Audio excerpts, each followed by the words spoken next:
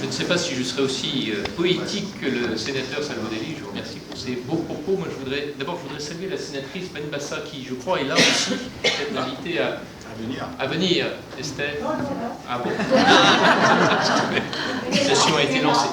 Moi, je voudrais juste dire un mot en tant que président de la commission culture, parce que je trouve ça une excellente idée que d'avoir maintenant depuis plusieurs années remis ces prix, créé ces prix et les remettre ici au Sénat. Oui, j'ai un souvenir effectivement il y a quelques années d'avoir été avec vous pour les remettre, parce que s'il y a bien une chose qui unisse les Français et les Italiens en dehors de la cuisine, c'est la culture.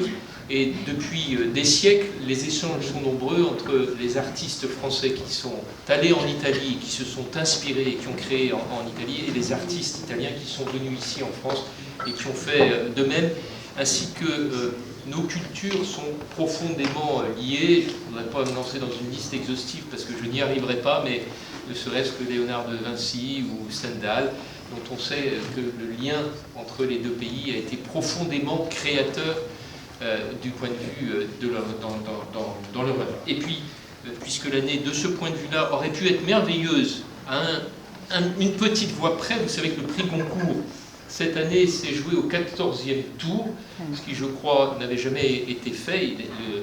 Le partage au 14e tour s'est fait sur la voix décisive du président, parce qu'il n'arrivait pas à se départir, et donc à une voix près, ça aurait pu être un auteur franco-italien.